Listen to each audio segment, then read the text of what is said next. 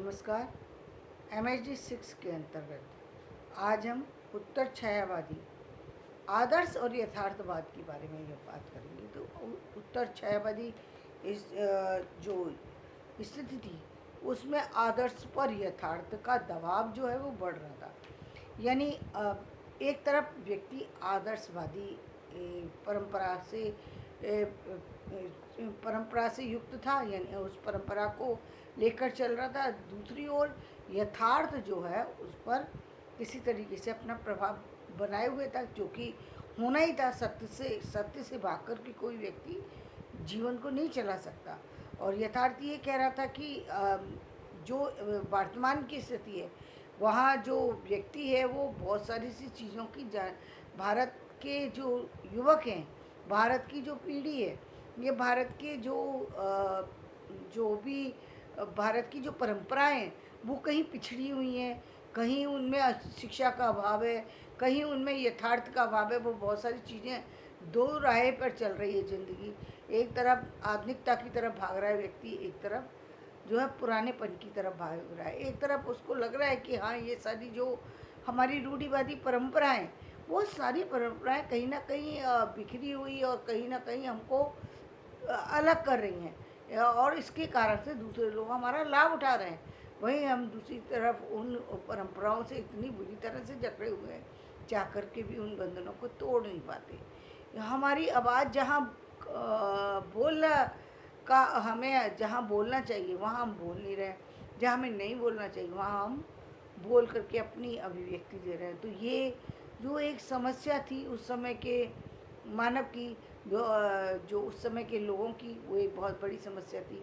परिवार के अंदर जो तरह तरह की अन्य चीज़ें जो चल रही थी, जो गांव और शहर की जो एक जो नई दुनिया थी, वो दोनों एक अलग तरह से चल रही थी। यानी पढ़े हुए जो लोग थे वो शहरीकरण की चकाचौंध से उससे कहीं ना कहीं वो उससे प्रभावित तो होते थे। वो चकाचौंध उनको प्रभावित तो करती थी, लेकिन वापस से जब वो अपने गांव में जाते थे, अपने कस्बे में जाते थे, या अपने और जगह लौटते थे, वो मतलब अपने परिवार के किसी अन्य जन के पास जाते थे, वहाँ जा कर के वो उन्हीं चीज़ों का वापस से शिकार हो जाते थे जिनमें उनकी पीढ़ी दर पीढ़ी परिवार चलते रहे हैं। यानी वो फिर वापस से वही सोच और वही मान्यताओं को स्वीकार कर लेते थे जो कि कहीं ना कहीं पिछड़ी हुई थी, जिनके कारण से व्यक्ति आगे बढ़ने की सामर्थ्य खोता जा रहा था। राष्ट्रवाद की चेतना के इतने सालों तक करने के बाद सिर्फ राष्ट्रवाद के लिए तो साथ हो गए, लेकिन दिल से जो है व्यक्ति एक दूसरे से जुड़ नहीं पा रहे थे। ये बहुत बड़ी विडंबना थी। जैसे अभी भी आपने एक काफ़ी लंबे समय से, आप 100 साल में ही कह दूँगी मैं, पर 1920 से लेके आज हम 2023 में बैठे, इस 100 साल में एक बहुत बड़ी बात रही। वो क्या, एक तरफ हमारी आधुनिकता और एक तरफ हमारा पिछड़ापन क्या है। यानी एक तरफ तो हम चाहते हैं कि हम आधुनिक बने, आधुनिक तौर तरीके अपनाएं, लेकिन हमको अब आधुनिकता के साथ में हमको ये भी चाहिए कि हम ज़मीन पर बैठ कर के खाएँ।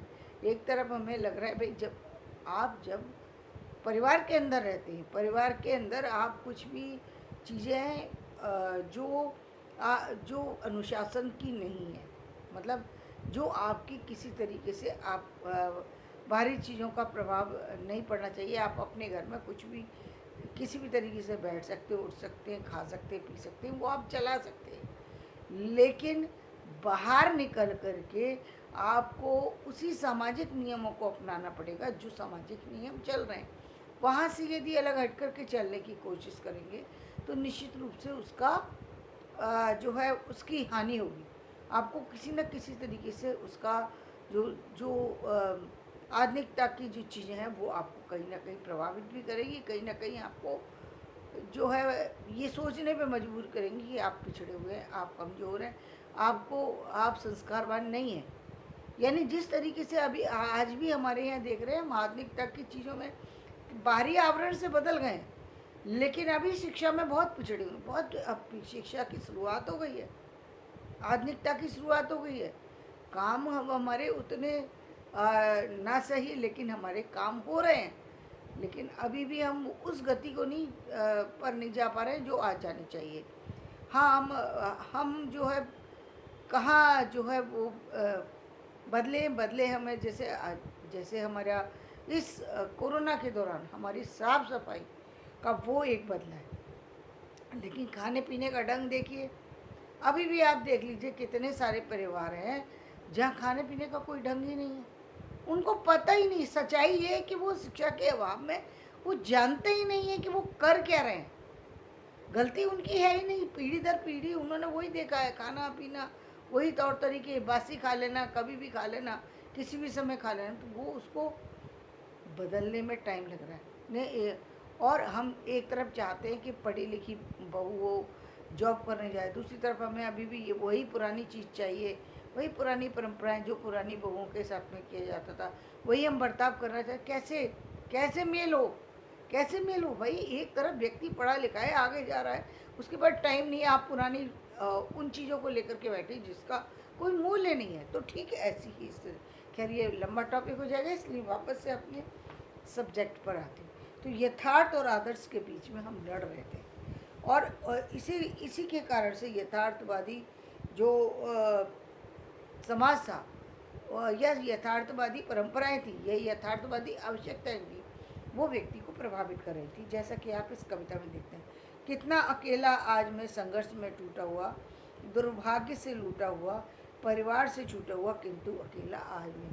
ये क्या अभिव्यक्ति है? ये वो अभिव्यक्ति है जब व्यक्ति गांव से शहर में आ गया। शहर में उसको कुछ भी अपना नहीं लगता, क्योंकि शहरी सभ्यता बिल्कुल ही अलग है और गांव की सभ्यता बिल्कुल अलग है। इसी तरीके से एक और लिखते हैं कि व्योम कुंजों की वरी यही कल्पने, भूमि को निज स्वर्ग पर ललचा नहीं, उड़ न सकते हम तुम्हारे स्वर्ग तक, शक्ति है तो आप सा अलका यहाँ। इसके साथ साथ व्यक्ति जो है और अन्य जो सामाजिक चीज़ें थी, यानी एक तरह जो आर्थिक समस्या उस समय के लोगों के लिए आकर के खड़ी हो गई थी। यानी पहले तो व्यक्ति किसी तरीके से दे लेकर के काम चला लेता था गांव में। एक व्यक्ति के पास पैसे नहीं है तो दूसरे व्यक्ति ने उसको अनाज दे दिया, कुछ और चीज़ दे दी और काम चला लेता था। अब उसको एक आर्थिक साधन जुटाने की आवश्यकता। पुरुष समाज उस समय इतना जग चुका था कि उसको लगने लगा था कि मुझे नौकरी की आवश्यकता है। और ये जो आज एक बहुत बड़ी हवा चली हुई है कि हर व्यक्ति को वो चाहता है कि मैं जो है अपना स्टार्टअप शुरू करूं। अरे स्टार्टअप अच्छी बात है, लेकिन आप स्टार्टअप कितना भी कर लीजिए, कोई ना व्यक्ति भाई कोई भी कार्य बिना लोगों के तो संपन्न होगा नहीं।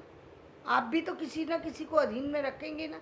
एक सिस्टम को चलाने के लिए 10 लोग लगेंगे, तो यानी एक अधिकारी होगा, बाकी और जो है वो फिर उससे जुड़े हुए व्यक्ति होंगे ना। ऑर्गेनाइजेशन चाहे आप कुछ भी कह लीजिए, चाहे उनको पार्टनर कह लीजिए, चाहे आप उनको एम्प्लॉय कह लीजिए, जो आप नाम देना चाहते हैं, जिस तरीके से रखना चाहते हैं रखिए। लेकिन एक चीज़, किसी भी चीज़ को चलाने के लिए अन्य लोगों को तो जोड़ना ही पड़ता है। सब तो मालिक नहीं बन सकते भाई। किसी भी सिस्टम को चलाने के लिए परंपराओं का निर्माण करना आवश्यक होता है, और योग्य अधिकारी को ही योग्य पद दिए जाते। हर व्यक्ति को हर पद नहीं दिया जा सकता। जो हमारी बार बार आवाज़ लोग करते हैं कि हमें सब एक बराबर हो जाना चाहिए, सब एक बराबर, कैसे हो सकता है?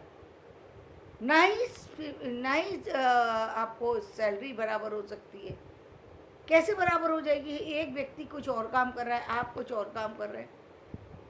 बहुत बड़ा अंतर है, उसको समझाया नहीं जा सकता, लेकिन बहुत बड़ा अंतर होता है।